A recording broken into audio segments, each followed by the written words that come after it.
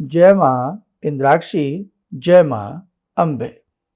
दीपावली पर्व की सभी साधकों को बहुत बहुत शुभकामनाएं।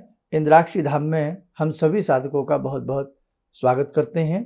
आइए इस अंक में हम चर्चा करने वाले हैं कि दीपावली का हम पूजन किस प्रकार से करें। संक्षिप्त विधि में सरल विधि से हम आपको बताने वाले हैं। साथ ही पूजन का क्या समय रहेगा, सारी जानकारी आप इस अंक में पॉइंट टू पॉइंट नोट करते चलना। तो दीपावली की रात्रि में विशेष प्रकार से भगवान श्री गणपति का, महालक्ष्मी का, महाकाली का, महासरस्वती का और कुबेर जी का पूजन किया जाता है। दीपावली की रात्रि में पूजन करने के उपरांत हम अपने घर में शुभ लाभ, स्वास्तिक का चिन्ह और 15 का यंत्र जैसे शुभ जो भी चिन्ह होते हैं या यंत्र आदि होते हैं, उनको हम गेरू से या सिंदूर से लिखना बहुत ही अच्छा रहता है। तो एक एक चीज़ आप लोग नोट करें। और इसमें एक खास बात आपको और बता दें, आप चाहे 20 अक्टूबर को मना रहे हों या आप 21 अक्टूबर को मना रहे हों, पूजन का जो तरीका है वो इसी प्रकार से रहने वाला है। तो आइए अब कार्यक्रम को भगवती महादुर्गा का, महालक्ष्मी का, महाकाली का ध्यान करते हुए हम प्रारंभ करते हैं। तो सबसे पहले तो हम आपको नोट करा रहे हैं कि दीपावली में पूजन की क्या क्या हमें आवश्यकता होती है, किस किस सामान की आवश्यकता होती है। तो आप सामग्री नोट करें। लक्ष्मी गणेश जी की नवीन मूर्तियां यानी कि नई मूर्तियां, एक चांदी का सिक्का, आसन हेतु लाल कपड़ा चौकी वास्ते, मिट्टी के 26 या 36 छोटे दीप और एक बड़ा दीपक, मिट्टी या धातु का कलश, पुष्प में कमल जरूर लें अगर मिल जाए तो, और बाकी आप सुवासित पुष्प ताजे लें। फल, चावल, अक्षत, लौंग, छोटी इलायची, 2-4-5 सुपारियाँ, पान पत्ता, धूप दीप, रुई की बाती, गन्ना जिसे ईख कहते हैं वो छोटे छोटे पीसीस भी कर लें, खील, बताशा, मिष्ठान, खीर उसी दिन बना लें, पापड़ 2 पापड़ तल लें उसी समय पूजा से पहले, 1.25 सेर चावल, 2 मूली पत्तों सहित, थोड़ी गवार की फलियाँ। तो ये सारा सामान आप पहले से एडवांस में ले आएँ। जिनके पास चांदी की लक्ष्मी गणेश हैं पहले से, जिनका आप पूजन कर रहे हैं उनका भी आप कर सकते हैं। जो नई नवीन मूर्तियाँ लाते हैं तो वो नवीन मूर्तियों का भी पूजन कर लेते हैं। ठीक है। तो अब इसमें हम समय पूजन का क्या रहेगा, जैसे संध्या का समय, गोधूली बेला का जो समय होता है बड़ा ही उपयुक्त होता है, उसी से मिलता जुलता हमें ये पूजन का समय प्राप्त हो रहा है। दीपावली का जब भी पूजन होता है स्थिर लगन में होता है। हमारे 12 लगन होते हैं जिसमें से हमें स्थिर लगन में ही दीपावली का पूजन करना होता है, क्योंकि हमें लक्ष्मी स्थिरता के रूप में चाहिए, सदैव सदैव के लिए चाहिए, है ना। तो आप समय भी नोट डाउन करें, संध्या के समय का भी कर लें और मध्य रात्रि के आसपास का भी कर लें। नोट करें, वृषभ लगन है, स्थिर लगन है, 7 से 9 के बीच बहुत अच्छा समय है। इसी समय करीब करीब सभी पूजन करें। दूसरा समय है रात्रि का, मध्य रात्रि के थोड़ा सा बाद का, रात्रि 1:30 से लेकर के 3:52 तक के बीच का ये सिंह लगन हमें प्राप्त हो रहा है। तो इन 2 समय में हम पूजन करें। पूजन करने से पहले ही अपने कलश में थोड़ा सा गंगा जल आदि रख लें, मिला करके रख लें। और गणेश जी की जो नई मूर्तियाँ आपके पास हैं, लक्ष्मी गणेश जी की नई लाए हो या पिछले साल वाली जो चांदी वगैरह की आप रखते हो, उन्हीं को स्नान आदि करा करके रख लें। मिट्टी की मूर्तियाँ लाए हो तो गंगा जल का हल्का सा छींटा मार करके आप अपने सामने रख लें। कलश आप हमेशा अपने लेफ्ट साइड में रखा करें। भगवान का राइट साइड हो जाता है, आपका लेफ्ट साइड हो जाता है। कलश की स्थापना कर लें। अब इसके बाद हमें पूजन प्रारंभ करना है। पूजन प्रारंभ करने के लिए सबसे पहले पवित्रीकरण किया जाता है। ओम मैं पवित्र है, पवित्रो वा सर्वावस्थाम गतोऽपि वा। यदि आता है तो कोई अच्छे से पढ़ लें, नहीं तो बेटा लेफ्ट हैंड में थोड़ा सा जो भी आप जल रखेंगे अलग से कटोरी में जल रख लें, चम्मच रख लें। और जितने भी घर के लोग आसपास आपके बैठे हैं सभी के लेफ्ट हैंड में थोड़ा जल रख दें। गंगा जल जरूर मिला लें आम जल में, और सीधे हाथ से उसको ढक करके आप गायत्री मंत्र पढ़ते हुए या मनी मन गायत्री मंत्र पढ़ते हुए अपने ऊपर जल का छींटा मार लें। जिन्हें ओम में पवित्र है, पवित्रो वा आता वो तो फिर जानते ही हैं, वो करें। बीच में बात रोक करके एक बात जरूर मैं कह दूं, जो विद्वान लोग हैं वो हमारी बात को कृपया समझने का प्रयास करें। ये पूजन बहुत साधारण सरल विधि से मैं बता रहा हूँ उन लोगों के लिए जो बिल्कुल भी पूजा पाठ किसी तरह से विधि विधान पूर्ण रूपेण नहीं जानते हैं, जो बिल्कुल साधारण घरेलू लोग हैं, ये उनके लिए है। विद्वान लोग तो फिर विद्वान हैं ही, वो तो अपनी विद्वत्ता के हिसाब से अपना पूजा पाठ पूर्ण रूप से कर्मकांड विधि से कर ही लेते हैं। तो इसलिए मेरी बात को अन्यथा ना लेना, मैं बहुत संक्षिप्त और सरल विधि से अपने साधकों के लिए ये पूजन बता रहा हूँ, इसलिए बिल्कुल हिंदी के रूप में है, सरल रूप में है। तो आपको बाई दिव्य सभी को नहीं आता ओम में पवित्र पवित्र वा, जल ऐसे लेकर के अपने ऊपर मन ही मन मानसिक रूप से गायत्री मंत्र पढ़ते हुए या नमः शिवाय बोलते हुए आप लोग छींटा मार लें। ठीक है। अब इसके बाद थोड़ा सा जल का छींटा सारी सामग्री के ऊपर भी मार ले, चारों तरफ सामग्री का जो भी आपका सामान रखा है चारों तरफ जल का छींटा मारें। उसके बाद आपने क्या करना है, संकल्प लेना है।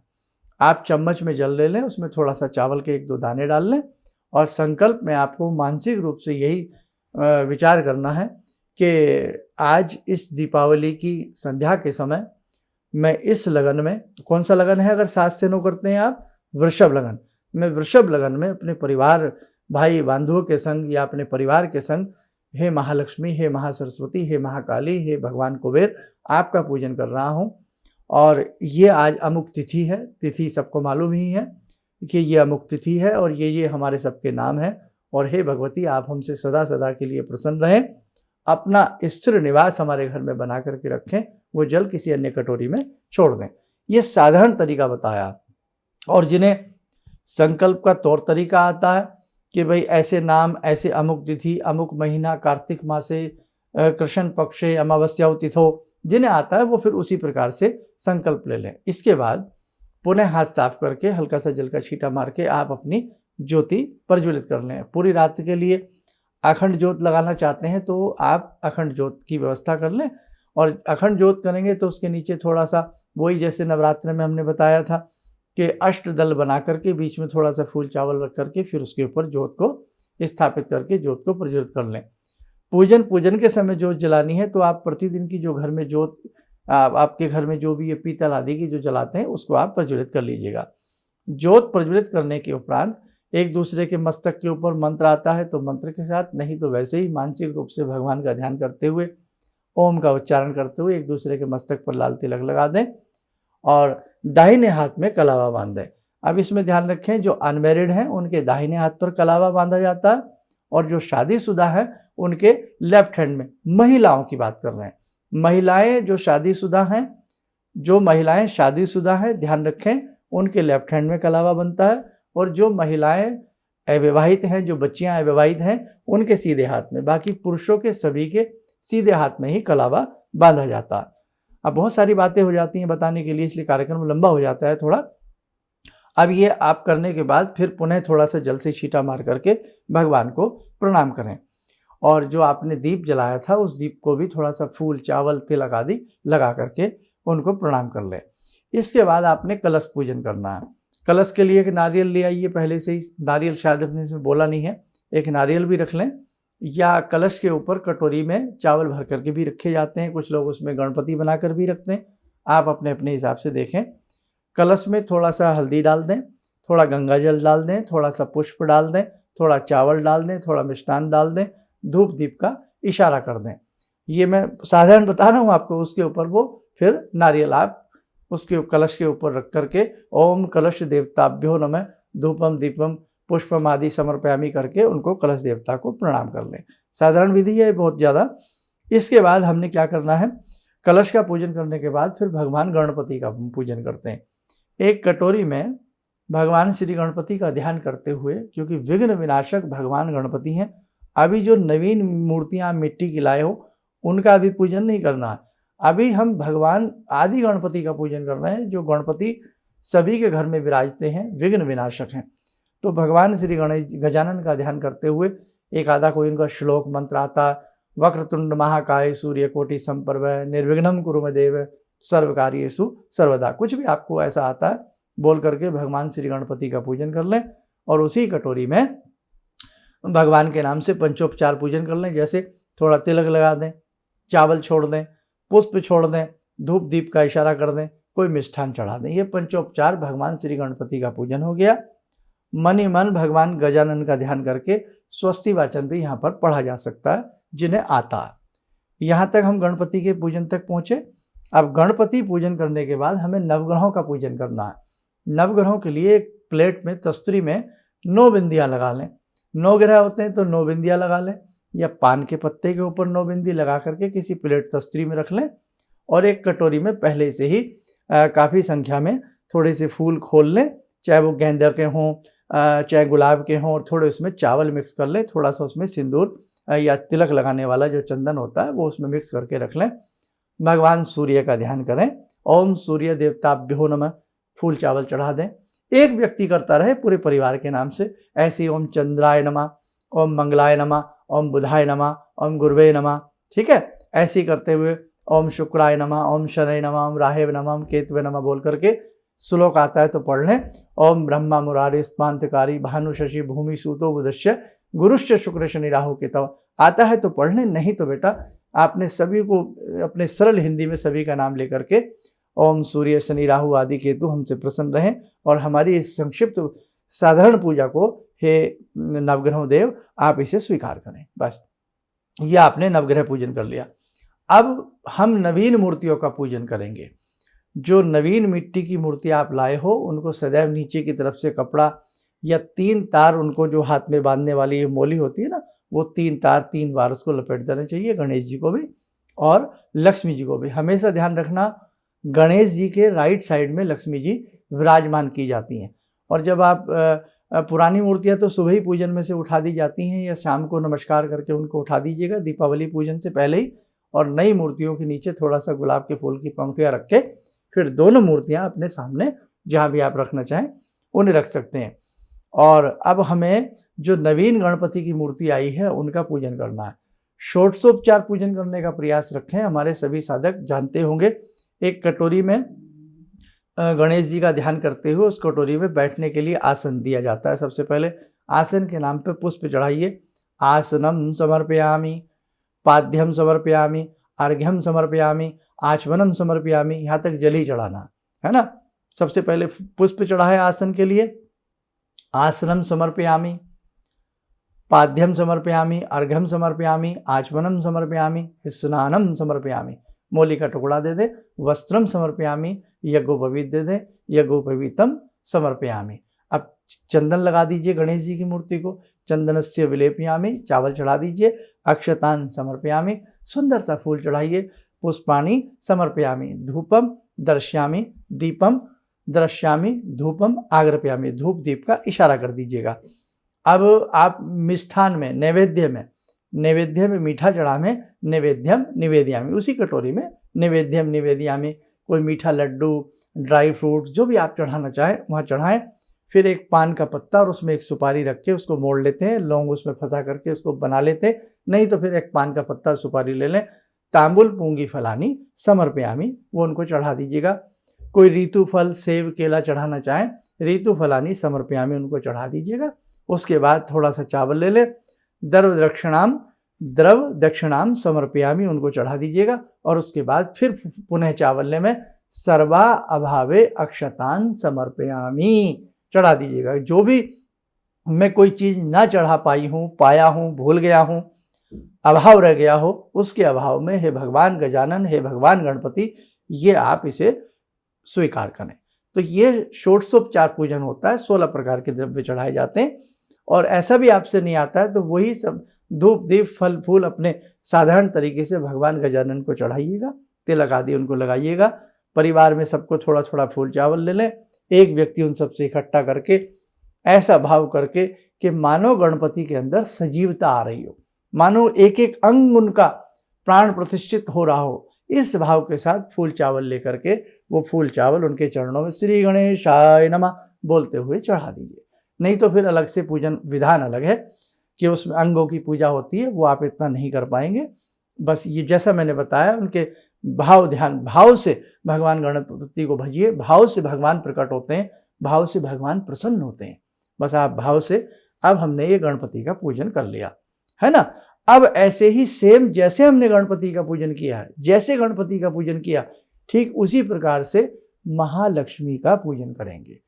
अब महालक्ष्मी का पूजन आप ऐसे ही जैसे मैंने गणेश जी का बताया फूल चावल आदि षोडशोपचार विधि से भगवती लक्ष्मी का आप लोग पूजन कर लें। अब इसके बाद जो भी आपके पास जैसे तले हुए 2 पापड़ हैं, मूली है, कमल का पुष्प है, खीर है और जो भी कुछ आप भगवती महालक्ष्मी को अर्पण करना चाहें आप अर्पण करिएगा। समस्त परिवार का हाथ लगवा करके कमल का पुष्प यदि हो तो सभी का हाथ लगवा लें और ओम महालक्ष्मी बोलते हुए कमल का पुष्प भगवती महालक्ष्मी को अर्पण कर दें।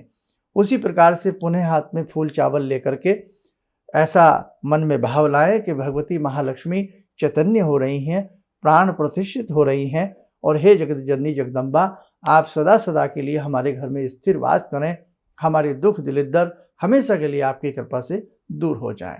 ऐसा भाव लाते हुए फूल चावल भगवती के चरणों में चढ़ा करके क्षमा प्रार्थना कर लें। क्षमा प्रार्थना में या तो देसी भाषा में हे भगवती, हे भगवान गजानन, जैसी भी हमसे ये पूजा हुई है इसे आप स्वीकार करें, कोई भी हमसे भूल चूक त्रुटि रह गई हो उसे आप क्षमा करें। संस्कृत में आती है आवाहनम जानामि नैव जानामि पूजनम, तो उस प्रकार से आप बोल सकते हैं। ठीक है बेटा। अब महाकाली का लेखनी दवात के रूप में पूजन किया जाएगा। तो पहले दवात कलम चला करते थे, अब तो वो समय नहीं रहा, तो इसके लिए आप अपने बच्चों का, बेटे का, बेटी का या अपना कोई कलम ले सकती हैं, पेन ले सकते हैं और या आपका कोई प्रिय पेन हो उसको आप सामने एक प्लेट में तस्तरी में हल्का सा छींटा मार के साफ़ करके रख लें, उस पर हल्का सा तिलक कर दें, कलावा बांध दें, उस पर हल्का सा फूल चढ़ा दें और एक अन्य प्लेट में भगवती महाकाली का ध्यान करते हुए उनका पंचोपचार पूजन करें।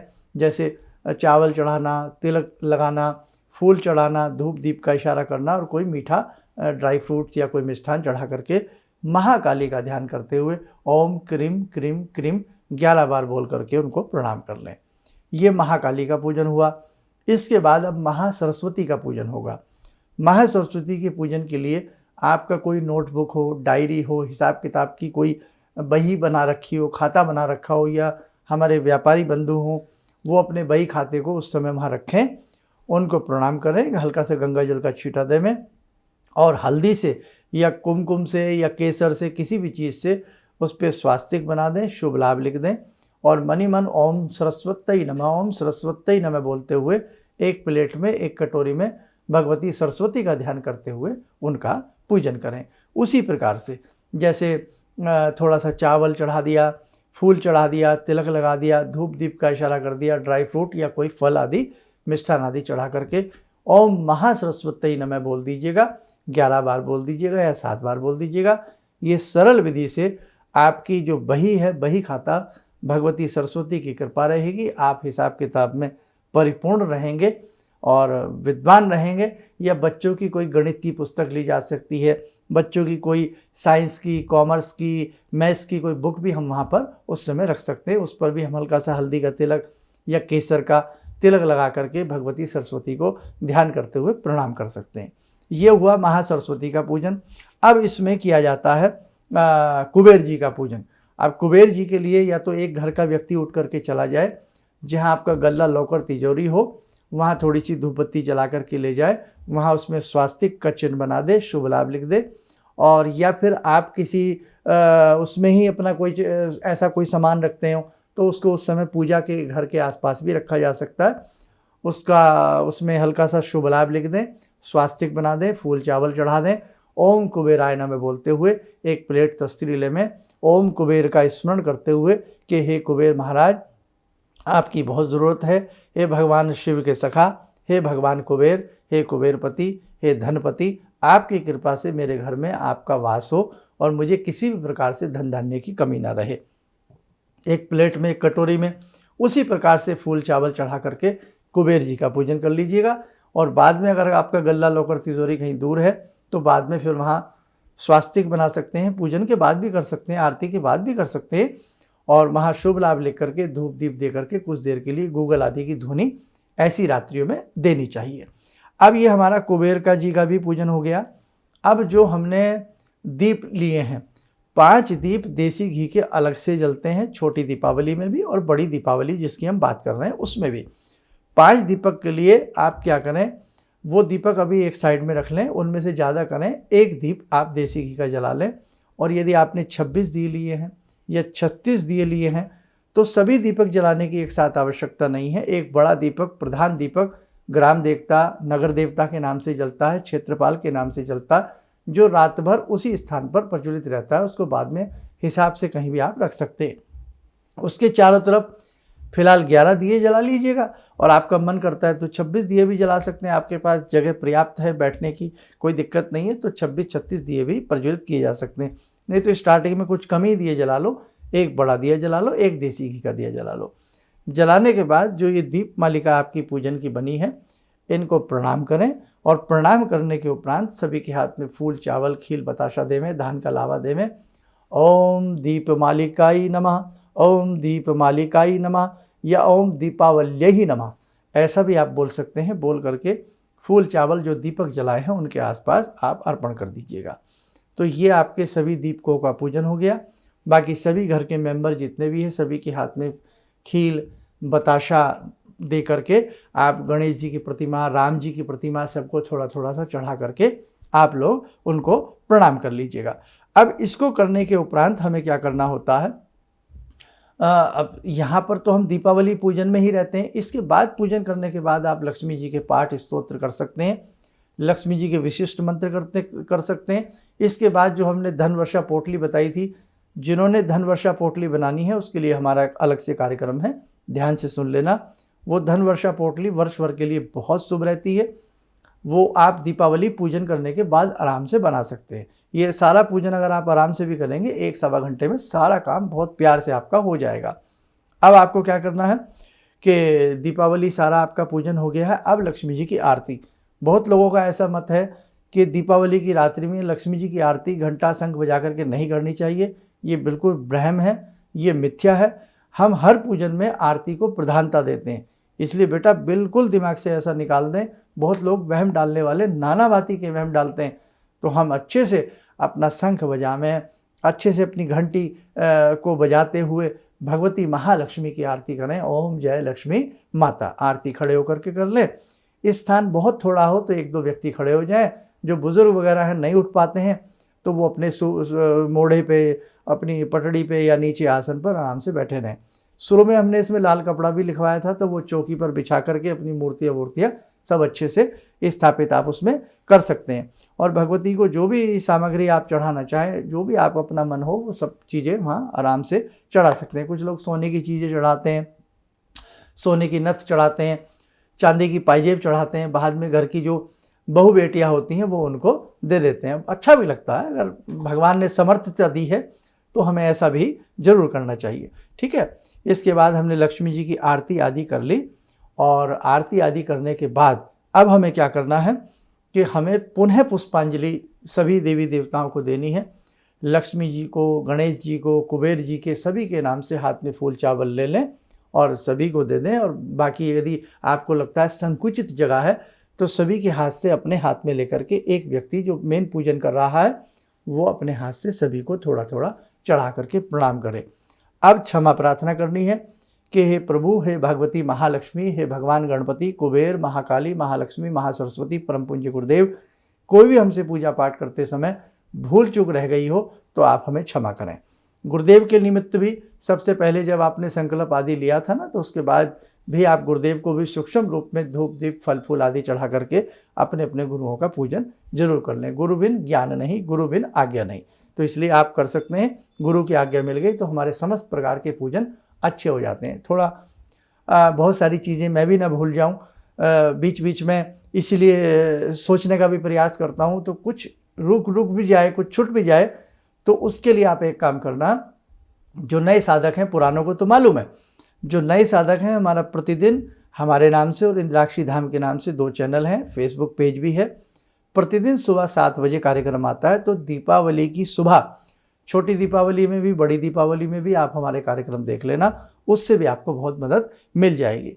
अब आपने क्षमा प्रार्थना चाहे संस्कृत में करें, आवाहन हमने जाना भी, या आप देसी भाषा में कि हे भगवती, समस्त देवी देवताओं जैसी हमसे पूजा हुई है इसे आप स्वीकार करें।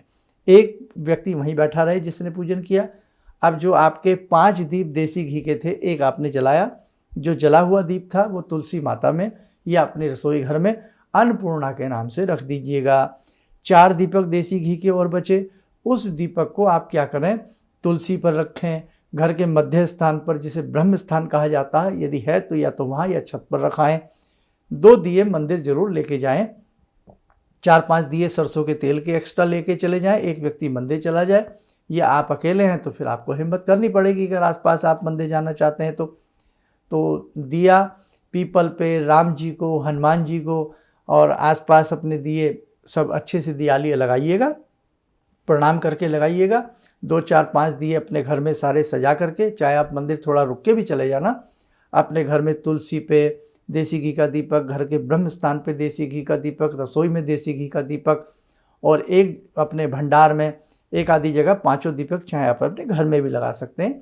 और लगाने के उपरांत 2-4 दियालियाँ इधर उधर सजा करके फिर पुनः फटाफट वापस आ जाएं और पुनः आप अपने हाथ में फूल चावल लें। और यदि आप अब यहाँ किसी मंत्र को पढ़ना चाहते हैं, आपके पास समय है कि मैं मंत्र सिद्धि करूँ, तो बेटा 2 मंत्र हम बता रहे हैं, वो दोनों के दोनों मंत्र आप लोग नोट करिएगा, आप लोग लिखें।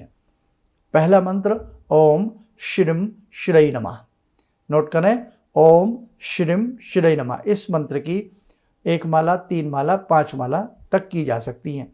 दूसरा मंत्र ओम ऐं ह्रीं क्लीं चामुंडाई विच्चे, निवारण मंत्र है। इस मंत्र में ऐं सरस्वती हैं, ह्रीं महालक्ष्मी हैं, क्लीं महाकाली हैं, इसलिए बड़ा उपयुक्त बनता है दीपावली की रात्रि में निवारण मंत्र का जप करना। तो आप इन दोनों मंत्रों को की 3-3 माला भी उसी समय भी कर सकते हैं। और जो साधक पोटली बना रहे हैं, तो अब यहाँ पर आप पोटली का निर्माण जैसे आपको बताया है पोटली वाले कार्यक्रम में, तो अपनी पोटली बनाकर भी ये उसके बाद ये दोनों मंत्र हमने बताए थे, तब भी ये दोनों मंत्र पढ़ सकते हैं। यदि आपके पास समय शॉर्ट है, समय नहीं है, तो रात्रि में भी आप फिर मंत्र सिद्धि, मंत्र साधना उस समय में या किसी भी समय में रात्रि के 12 बजे से पहले 1-2 घंटे आराम से बैठ करके कर सकते हैं। कुछ दीपावली के पूजन के बाद कुछ लोग स्तोत्र आदि पढ़ते हैं, तो वो कौन कौन से स्तोत्र आदि ऐसे होते हैं जो हमें पढ़ लेने चाहिए, यदि समय है तो, और मन है, भाव है तो हमें पढ़ लेने चाहिए, वो स्तोत्र भी आप लोग नोट डाउन करें। जैसे गणपति सहस्रनाम है, भगवती महालक्ष्मी सहस्रनाम है, श्री सूक्त है, कनक धारा है, वे अनेकों प्रकार के और मंत्र जो आप लंबे समय से पढ़ रहे हैं, उन मंत्रों को भी 1-1 माला किया जा सकता है यदि आपके पास समय है। गणेश जी का सहस्रनाम बड़ा फलदायी है, भगवती महालक्ष्मी का सहस्रनाम यानी कि 1000 नाम बड़े फलदायी हैं। श्री सूक्त 11 बार, 21 बार, 31 बार पढ़ना बड़ा फलदायी है। अब ये सब कर सकते हैं। इसके बाद आपने आरती वगैरह तो सारी कर ही ली है, हैंड टू हैंड ये सब इसमें से 1-1 माला इन मंत्रों की करना चाहते हैं जो मैंने 2 मंत्र बताए हैं, ओम श्रीं श्रई नमः या ऐं ह्रीं क्लीं चामुंडाई विच्चे, इन दोनों में से दोनों मंत्रों की 1-1 माला या 3-3 माला कर लें। यदि पोटली बना रहे हैं तो पोटली बनाने के बाद इनकी कर लें। अब प्रणाम करके विसर्जन करना जरूरी होता है। फूल चावल हाथ में लें, भले ही सभी लोग ना बैठें, घर के 2-4 लोग उस समय कर लें। और यदि आपको बेटा कोई मंत्र वगैरह ज़्यादा नहीं करना है, केवल आप आरती करने के बाद विसर्जन करना चाहते हैं, तो विसर्जन कैसे करना है, फूल चावल हाथ में ले लो। जो नई गणेश लक्ष्मी की मूर्तियाँ वहाँ नहीं चढ़ाना है, उनको विसर्जित नहीं करना है, उनकी तो घर में उनको तो यही सोचना है आप हमारे घर में स्थिर वास बनाओ। लक्ष्मी गणेश को छोड़ करके बाकी जैसे सरस्वती का आवाहन, कुबेर जी हो गए, महाकाली हो गई, और जो भी आपने अपने मन से अपने भगवान को ध्याया है, तो फूल चावल लेकर के भावना करें। सभी आए हुए देवी देवता अपने अपने धाम को बधाने। भगवती महालक्ष्मी, भगवान श्री गणेश सदा सदा के लिए मेरे घर में वास करें, फूल चावल चढ़ा करके। ये आपका सिंपल तरीका पूरा पूजन का हो गया। अब इसके बाद बेटा आपको क्या करना है, अपने घर में आप चलते फिरते ओम श्रीं श्रई नमः बोलते रहना, ओम श्रीं श्रई नमः बोलते रहना। सभी लोग घर के बोल सकते हैं, बच्चों को भी याद कराया जा सकता है, आप नहीं बैठ करके कर सकते तो अपने घर की दीवारों पर, मंदिर में, अपनी रसोई में शुभ लाभ लिख लें, गेरू से, सिंदूर से, हल्दी से, बीच में स्वास्तिक बना दें, अपने गल्ला में, लोकर में शुभ लाभ लिख लें। और एकाक्षी नारियल यदि आपके पास है, एकाक्षी नारियल का भी दीपावली की रात्रि में लक्ष्मी जी के चरणों में रखना, उनका पूजन करना शुभ होता है। दक्षिणावर्ती शंख है, उनको रखना, उनका पूजन करना, वही सिंपल तरीके से फल फूल मिष्ठान आदि चढ़ा करके प्रणाम कर लेना चाहिए, बहुत शुभ होता है। और उसी के साथ साथ 15 का यंत्र अपने घर की अपने लॉकर की या अपने पूजा घर की दीवार पर बनाना या आसपास बनाना या कागज़ पर बना करके चिपका देना भी बहुत शुभ होता है। 15 का यंत्र क्या होता है, एक झलक आप देख लें, इसका स्क्रीनशॉट ले लें। ये 15 का यंत्र है, इसको आप आराम से बाद में रात्रि में किसी भी समय बना सकते हैं। ठीक है, ये सारी जानकारी हुई। अब एक बड़ा और इस रात्रि का अद्भुत टोटका टाइप कह लीजिएगा। आपने खीर तो बनाई ही है, भगवती लक्ष्मी आदि को सबको अर्पण करी है, वो खीर बाद में प्रसाद के रूप में आप घर में प्रयुक्त कर सकते हैं। बाकी अन्य थोड़ी सी खीर एक दोना पत्तल में रख लें और अपने घर में घूम जाएं। सारे में ये सोच करके घूम जाए मेरे घर की अला बला कुबला सब निकल जाए, मेरे घर में सुरम्य वातावरण हो जाए, और वो खीर ले जा कर के या तो छत पर या बाहर अपने दरवाजे के बाहर रख दीजिएगा। ऐसी मान्यता है, यदि ये खीर आकर के बिल्ली खा जाती है तो बड़ा अच्छा रहता है और घर की जितनी भी नकारात्मक चीज़ें बाहर निकल जाती हैं। यदि ऐसा ना कर सकें तो इस रात्रि में घर में गूगल जलाना और अपने विशिष्ट प्रकार के स्तोत्र आदि को बोल करके पढ़ना, जैसे गणेश जी के नाम है, दुर्गा जी के नाम है, सिद्धगुंज जी का है, या अपने गुरु मंत्र को पढ़ना बड़ा ही श्रेष्ठ और शुभ माना जाता है। तो बाकी तो देखो भाई, सारी जानकारी मैंने आपको देने का प्रयास किया है। आसपास मंदिर हो वहाँ जाकर के राम जी को देसी घी का दीप जला दें, हनुमान जी को देसी घी का दीप जला करके अर्पण कर दें, फल फूल चढ़ाएं, पीपल का पेड़ हो, तालाब, बावड़ी, कुएं, बावची, जहाँ भी कहीं आपका मन हो, इसमें दीपावली के उसमें ये दीप जलाने, दीपदान करना बहुत ही अच्छा रहता है। और साथ ही ये कार्तिक का महीना है, कार्तिक के माह में जितना भी दीपदान किया जाए उतना ही श्रेष्ठ होता है। इसीलिए इसको कार्तिक के मास को दीपोत्सव का मास भी कहा जाता है। और जो मंत्र सिद्धि करना चाहते हैं वो किसी अन्य समय में किसी भी मंत्र की सिद्धि आदि आप आराम से कर सकते हैं। और मुझे लगता है सारी खास बातें आपको बता दी गई हैं, पूजन अच्छे से बता दिया गया है। और जो कलश आपने रखा है, पूजन के उपरांत रात भर उसको रखा रहने दें चाहे, और नहीं तो फिर उसको पूजन के कुछ देर के बाद कलश का जल उठा लें, नारियल प्रसाद के रूप में प्रयोग में ले आएँ। कलश के जल के छींटे अपने घर में सुबह के समय भी मार सकते हैं, या उस समय भी कलश के जल के छींटे दे सकते हैं, नहीं तो सुबह लगा दीजिएगा, बहुत अच्छा रहेगा।